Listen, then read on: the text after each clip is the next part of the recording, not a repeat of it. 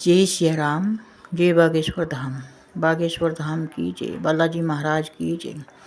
कल बागेश्वर धाम पर बहुत बारिश हुई। ये देखो पानी भरा हुआ है और महाराज श्री धाम पर आ चुके हैं। आज बृहस्पतिवार है। महाराज श्री आज मंदिर पर जाकर श्रद्धालुओं को सभी को प्रसाद अपने हाथ से देंगे और आज का जो है कार्यक्रम महाराज श्री मंदिर पर ही करते हैं बृहस्पतिवार को जब धाम पर रहते हैं।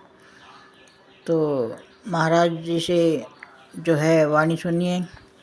जय सिया राम। जय बागेश्वर धाम। एक बार नारद जी ने भगवान को श्राप दे दिया। अच्छा श्राप। पार्वती जी सुनकर चौंक गई कि नारद जी तो भगवान विष्णु के भक्त हैं, उन्होंने क्यों श्राप दे दिया। महाराज हमको ये प्रसंग सुनाओ। तब भगवान शंकर ने पार्वती को प्रसंग सुनाया। क्या? एक बार नारद जी हिमगिरी गुफा में तपस्या करने गए। देखो बुरा ना मानना, जो लड़ाई पृथ्वी लोक पे मची वो ऊपर भी मची। कोई तपस्या में बैठे सबसे ज्यादा टेंशन इंद्र को हो जाती है। इंद्र का दिमाग खराब हो जाता। अब ये तपस्या कर रहा, कहीं इंद्र ना बन जाए, हमारा पद ना छूट जाए। जैसे यहां नेताओं में लड़ाई होती है, छोटा नेता कोई कार्यक्रम करवा दे, बड़े नेताओं की शंख बजने लगती है, बड़े नेताओं की कुर्सियां खिसकने लगती हैं कि अब ये कार्यक्रम करवा रहा, कहीं गड़बड़ ना हो जाए। तो जैसे ही नारद जी तपस्या में बैठे, सोई इंद्र का सिंहासन डोल गया। इंद्र ने काम को भेजा। किसको भेजा? काम। अच्छा ये काम क्या है? राम का अपोजिट है काम, लेकिन काम ने भी अपना नाम राम से मिलता जुलता रखा। राम काम, इसने भी अपना मिलता जुलता नाम रखा ताकि लोग असली प्रोडक्ट के चक्कर में कई बार नकली खरीद लेते। अच्छा एक और बताएं, नकली प्रोडक्ट की जितनी बढ़िया पैकिंग नहीं होती, असली की जितनी बढ़िया पैकिंग नहीं होती, उतनी गजब की नकली की होती। और जो बहुत ज्यादा चमकता हुआ दिखाई दे, समझ जाना ढोल कपोल है। बोलो सीताराम। ये मित्र थे, आज भी हैं। वो हमसे बोले हम आपको ऑनलाइन मोबाइल मंगा रहे हैं। हम कहा मंगा दो। अब हमसे तो उतना मोबाइल बनता नहीं ऑनलाइन। उन्होंने मोबाइल ऑनलाइन बुक कर दिया, रुपया कट गया उनका। हमने उनको नगद दे दिए कि तुम ये नगद ले लो, हमारे खाते में है नहीं है। अच्छा उन्होंने ले लिए, रुपया बुक हो गए। 8 दिन बाद एक बॉक्स आया, गजब की पैकिंग, 4-5 लेयर की पॉलीथिन लगी। हमने वो निकाली, हम बड़े खुश। हमने अपनी माता जी को बैठाया, देखो ऑनलाइन आया है, ऑनलाइन मोबाइल। माता जी भी देखने लगी। चाकू उठाई गई, माता जी बीच बीच में टोके, ढंग से काट, कहीं मोबाइल में चाकू ना लग जाए। हम सीधे साधे गांव के लोग, हम धीरे धीरे उसको छीलने लगे। एक डब्बा निकला, डब्बा को खोला, एक नया डब्बा बीच में निकला, प्याज जैसे कपड़े निकले। अंत में जब छोटा डब्बा बचा, जब हमने उसको खोला, सो घड़ी साबुन की बट्टी। मोबाइल की जगह साबुन। माता जी बोली बेटा ये कौन सा मोबाइल है? हमने कहा माता जी चाइना का। जब तक हमारे छोटे भाई वहीं बैठे थे, बोले मोबाइल नहीं है, साबुन है, कपड़ों में लगाओ। अब हमें तो पसीना आ गया। हम अपने मित्र के घर गए, हमने कहा ठटरी के बरे।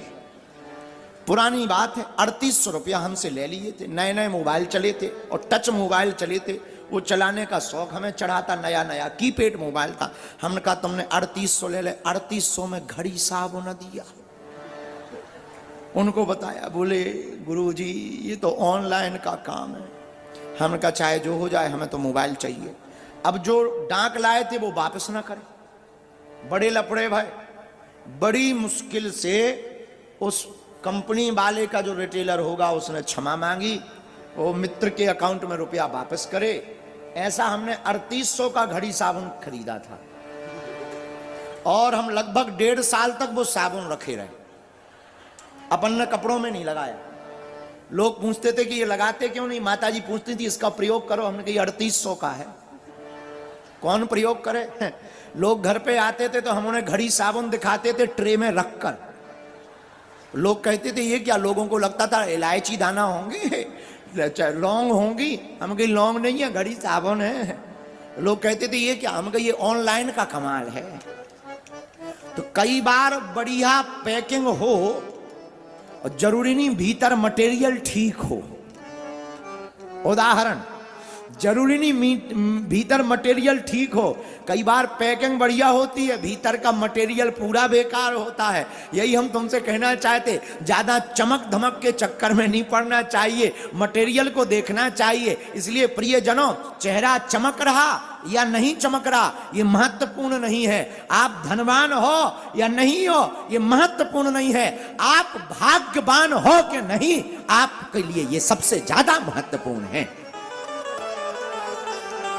बोलो सीताराम, जोर से बोलो, और जोर से बोलो। तो नारद जी बैठे तपस्या में और गड़बड़ हो गया। क्या?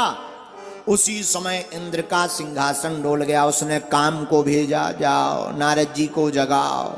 अच्छा, इंद्र को टेंशन रहती है हमेशा, काम जगाने आया पर काम जीत नहीं पाया। काम कला कछु मुनि न व्यापी, निज भय डरे मनोभाव पापी। काम जब जीत नहीं पाया और शंकर जी के कारण भस्म हो चुका था तो भीतर डरा हुआ था। काम को लगा कहीं मुनि हमें भस्म ना कर दे, डर करके हार करके शरण में आ गया। नारद जी जीत गए काम को। नारद जी जैसे ही काम को जीते, कई बार जीतने पर लोगों का घमंड इतना ऊंचा हो जाता है, पूछो ही मत। बोलो सीताराम, जोर से बोलो, और जोर से बोलो। नारद जी को भी घमंड हो गया। घमंड क्या हुआ?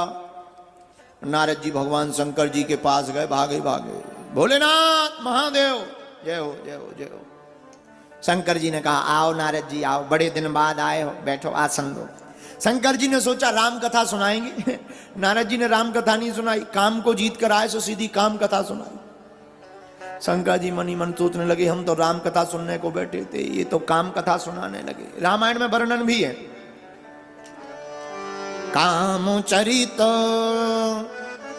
ना, काम काज को ही क्या मान लो। फिर आप कहोगे गुरुजी ये राम काज कैसे हुआ? काम काज को तुम राम काज मान लो। मेरे प्रियजनों, मेरे पागलों, जब भी सनातन की या धर्म की बात आवे तब काम काज छोड़कर राम काज में लग जाना, यही तुम्हारी जिंदगी का राम काज हो जाएगा। बोलो सीताराम। हम अभी आप लोगों को बता ही रहे थे, हमारे बड़े